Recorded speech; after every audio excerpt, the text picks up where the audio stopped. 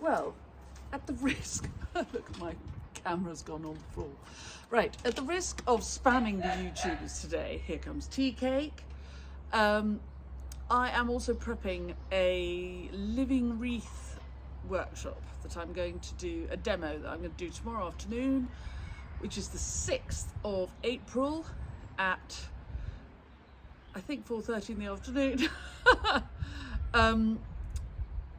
I love a living wreath. I love a wreath with real plants in it.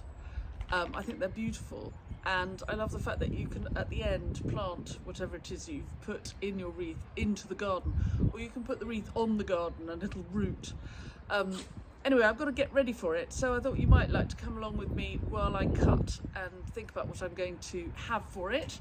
I've got a tray because I'm going to dig plants up for it, and I'm going to put them in the tray. I've got a watering can because I'm going to water the plants before I dig them up. I'm also cutting various other bits and pieces. I've got an empty bucket for the moss I'm going to need, and come along, we'll see what we've got that we can dig up and make a lovely wreath with. Of course you can buy plants. Of course you can. My knees, I've got old knees. Right, I'm going to start with this forget-me-not here.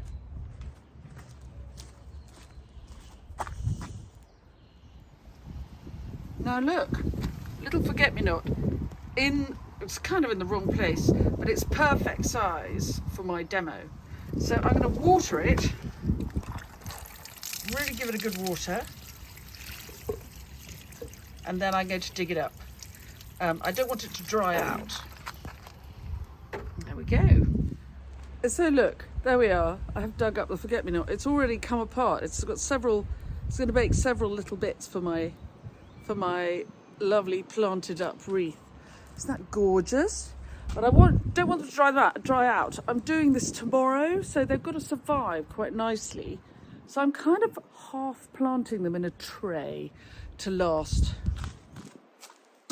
I'm not planting them properly, but I've got a tray, I've got some compost, and I'm just tucking them in the corner and making sure there's enough earth around them that they're not going to dry out. I will water them a bit more as well. I love doing this. It's really proper playing housey in the garden. And look, Muscari digs up a treat as well, bulb and all. They'll be very pretty with the forget-me-nots. Should we do a blue and yellow living wreath? I think that'd be a good idea. Now, it's not only going to be plants in my living wreath. I think I can't resist the apple blossom. This is crab apple blossom. Not quite out, but it'll be perfect for tomorrow, so I'm going to have some of that.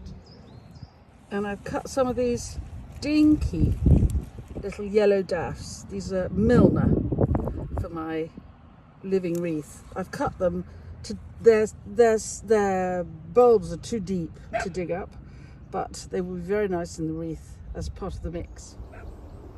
Yellow tulips are very good for a living wreath, and look, I have dug them up completely.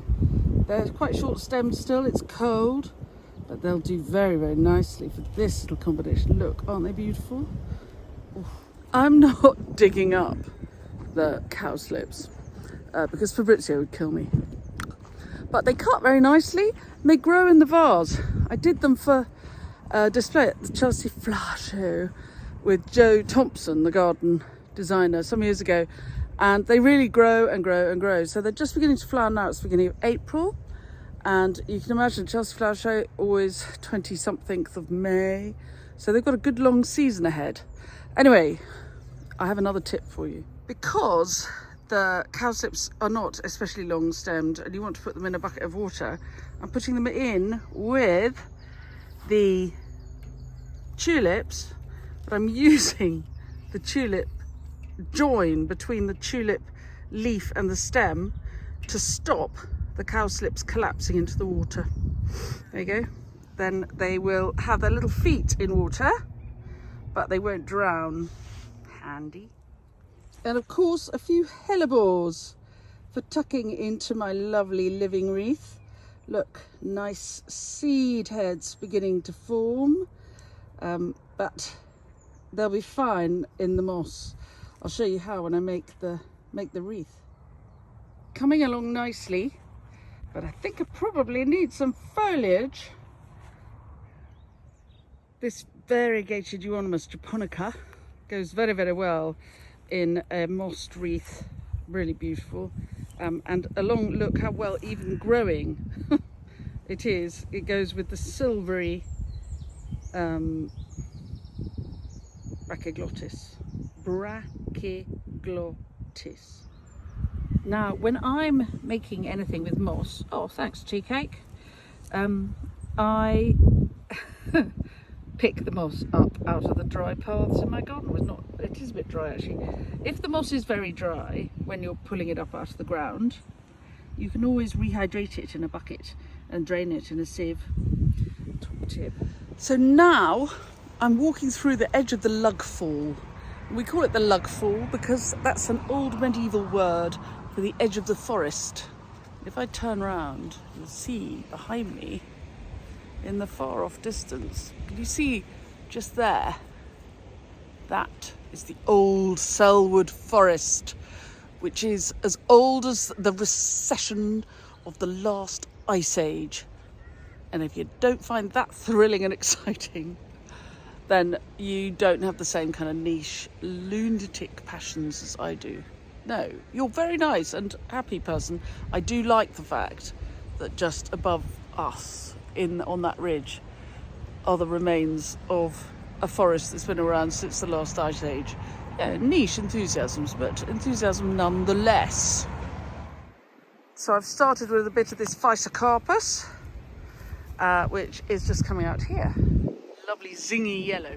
And finally, I need twigs for the base. And I'm going to use this lovely poplar because it smells absolutely delicious. I can't make it focus on it, but it smells like propolis that the bees stick their hives together with, because it is propolis. All these sticky leaves, very sticky, are actually sticky, and the stick is, I can't make it focus, how weird. Anyway, the stickiness is the propolis that bees stick their hives together with. So here we are, all set for my demo tomorrow. This is where I do my demos. I have my lovely shelfie behind me, and I do them with my laptop, so normally that's open. And we're going to make a living wreath tomorrow. It'll be very pretty, and I'll put the pictures on the Instagram when I've made it. There are also some shop bought plants, because not everybody has a garden they want to dig up. And it's quite nice to see how you can use all sorts of different things in a living wreath. So it's going to be a lovely session. So book a place. If you haven't joined one of our online demos, they are fun, interesting, informative, and a little bit more focused possibly than my YouTube clips, which are always slightly made on the hoof with whatever I'm doing at the time. For example, I'm not wearing my microphone, I suddenly realised, so hello! Anyway, I hope you've enjoyed the session. Please subscribe to the channel, click the bell icon, and we'll tell you when we've got new clips coming up. And if any of the information I've given you during this session, or any of the sessions, or the clips that you look at have been useful, please do buy me a coffee. The link is in the blurb for all my different clips. Right. If you let the tulips warm up a bit, their scent is, they smell like Zabaglione pudding, a sort of sweet vanilla. Anyway, see you later.